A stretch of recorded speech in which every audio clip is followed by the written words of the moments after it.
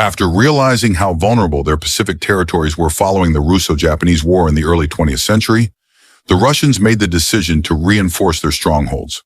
By the time World War II began, they were well prepared to defend Russky Island against their former enemies. To protect the eastern city of Vladivostok, the Soviet Navy constructed a coastal defense system that was both admired by allies and respected by enemies. This system, known as the Vladivostok Fortress, was not fully complete until the 1930s, when it was topped off by the Voroshilovskaya battery, repurposed turrets from the old battleship Poltava. This installation turned into a hidden mountain battleship, serving the nation in a way the vessel never could in its previous life. Vladivostok, which means to rule the East, is located over 9,300 kilometers east of Moscow. The northern Pacific region had long been a contested area among Eastern powers. Just off the peninsula lies an island that only became part of the Russian Empire in 1860, when Qing China ceded it under the Convention of Peking. The area, part of what was informally called Outer Manchuria, was renamed Russky Island. As a common saying went, the Russians were there to stay, and they truly meant it. Toward the end of the 19th century and into the early 1900s, the Russians began constructing a unique and nearly impenetrable fortress on Russky Island. This structure was designed to secure the entrance to the mainland. The Vladivostok Fortress complex included modern elements like interconnected forts, artillery batteries, and gunpowder magazines. These defenses were strategically positioned on elevated terrain to form the main defensive line of both the island and the broader region. The fortress soon proved especially valuable when the Japanese attacked in the Russo-Japanese War of 1904. According to historian Vladimir Kalinin, a squadron of Japanese armored cruisers arrived equipped with large-caliber guns. However, freezing conditions, minus 31 degrees Celsius, and heavy ice made it difficult for the Japanese ships to maneuver. They managed to shell the eastern part of the city, including military workshops and incomplete batteries, but they never attempted to pass through the eastern Bosporus.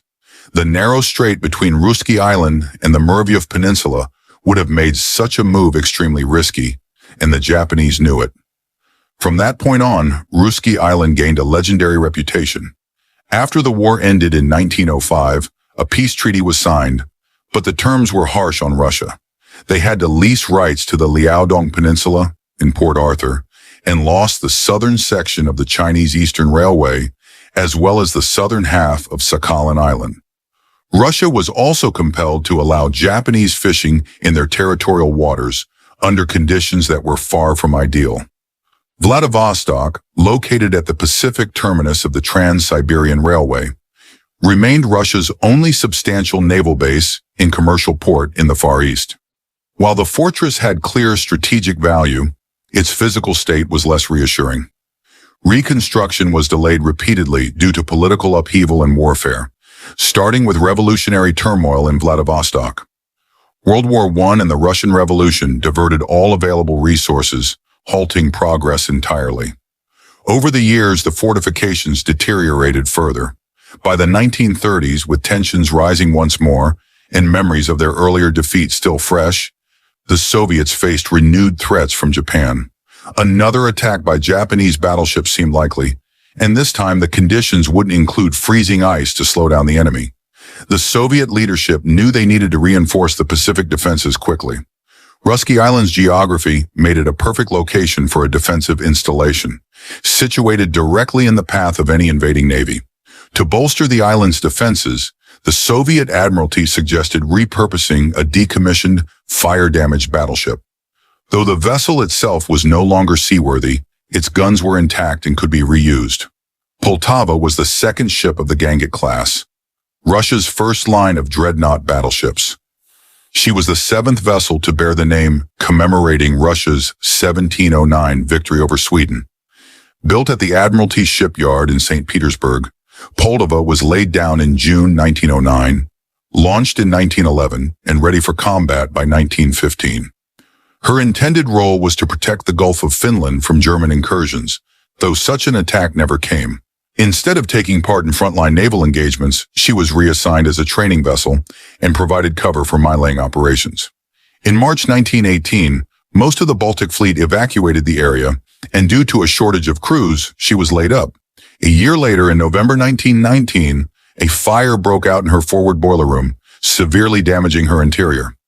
Despite several proposals to rebuild or modernize her over the next 20 years, none were realized.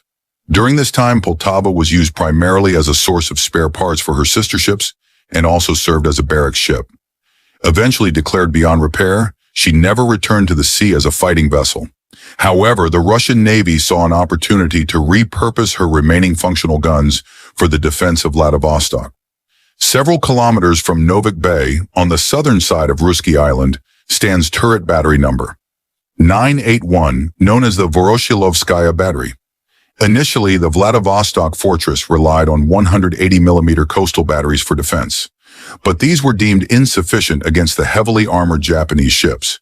According to Vladimir Kalinin, lighter weapons would not have been enough to deter enemy vessels, which could have shelled the city without consequence.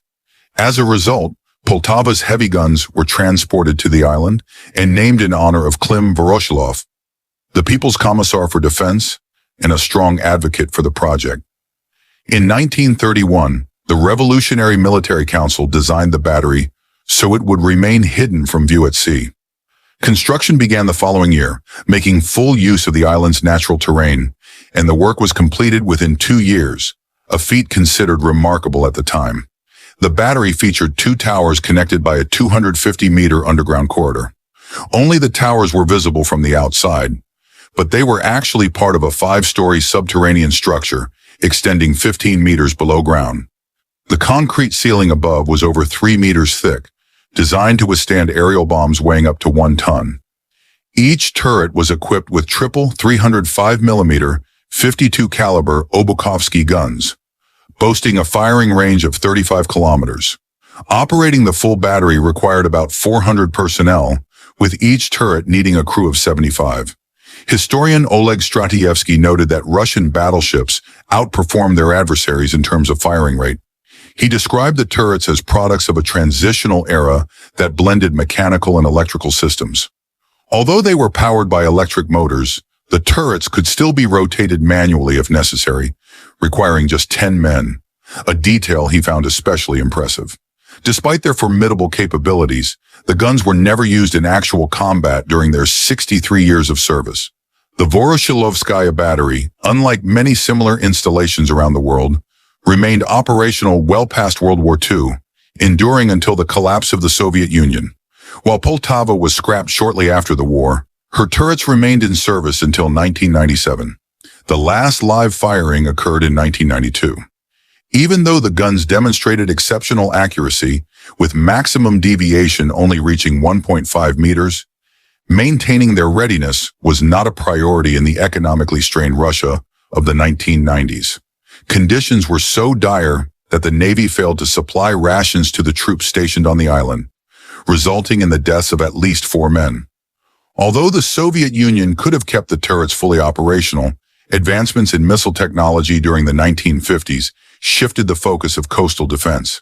Nevertheless, maintaining the existing artillery remained cost-effective within the Soviet economic system, and military planners believed in staying prepared for all scenarios.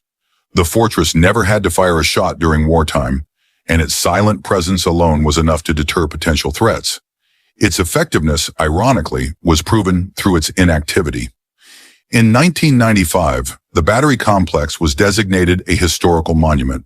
3 years later, the Military History Museum of the Pacific Fleet in Vladivostok opened its doors to the public. In Russia,